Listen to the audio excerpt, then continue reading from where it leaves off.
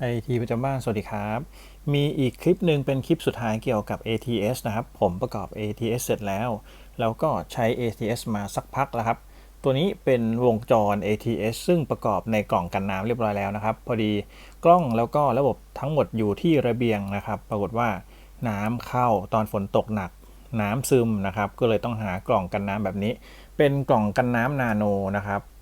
ตัวนี้ก็กันน้ำทั้งหมดเลยทุกด้านนะครับผมมีเจาะระบายอากาศด้านล่างเล็กน้อยตรงนี้ก็หวังว่าความร้อนตรงนี้น่าจะพอจริงๆก็ไม่มีความร้อนอะไรมากครับแต่จะเป็นความร้อนจากการตากแดดเล็กน้อยเท่านั้นเองนะครับวงจรทั้งหมดไฟเมนก็คือเส้นนี้ไฟเมนผมจะให้เป็นไฟจากโซลาร์เซลล์เดินออกมาข้างนอกนะครับตัวนี้ก็เป็นแจ็คเดี๋ยวพันสายไฟกันน้ำเรียบร้อยนะครับผมใช้ท่อหดร่วมด้วยกันน้ำได้ดีกว่านะครับแล้วก็ทนร้อนด้วยไฟที่เป็นไฟหลักจะเข้าเส้นนี้จากโซลาร์เซลล์นะครับตัวนี้ผมสมมุตินะแล้วก็ไฟอีกเส้นหนึ่งซึ่งเป็นแบตเตอรี่ผมสลับไปให้เป็นไฟบ้านไฟสำรองนั่นเองผมให้เป็นไฟบ้านแทนถ้าเกิดไฟหลักที่มาจากโซลาร์เซลล์หมดก็ให้สลับมาใช้ไฟสำรองจากอะแดปเตอร์บ้านนะครับก็กินไฟบ้านไปแล้ว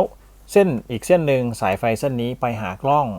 หรือไปหาโหลดนั่นเองนะครับเป็นไฟ12โวลต์โดยหลักการทำงานถ้าเกิดว่าไฟโซลาร์เซลล์หมดครับก็จะขึ้นเป็นไฟสีแดงนะครับแล้วก็โวลต์ 12.2 นะครับ 12.2 นี่คือเป็นไฟระบบนะที่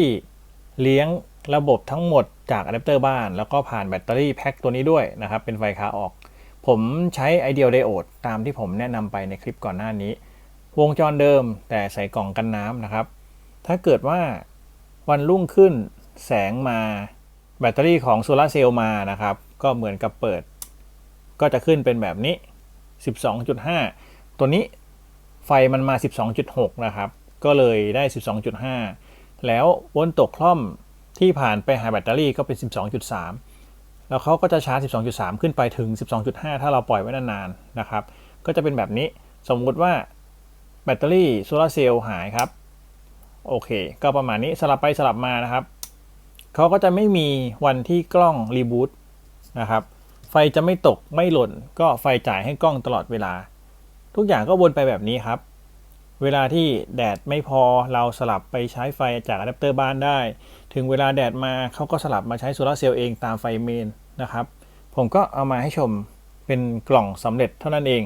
เป็นตัวอย่างนะครับเผื่อท่านใดจะเอาไปประกอบใช้งานกับระบบที่จะไม่ให้ไฟวูบนะครับจะไม่ให้ไฟหายเลยก็ใช้วิธีนี้สำหรับคลิปเต็มก็มีลิงก์อยู่ใต้คลิปนี้อยู่ในรายละเอียดนะครับสามารถกดเข้าไปดูย้อนหลังได้ผมอธิบายการประกอบทั้งหมดก่อนหน้านี้แล้วนะครับสำหรับคลิปนี้ก็มาสั้นๆเท่านี้ขอบคุณที่รับชมครับสวัสดีครับ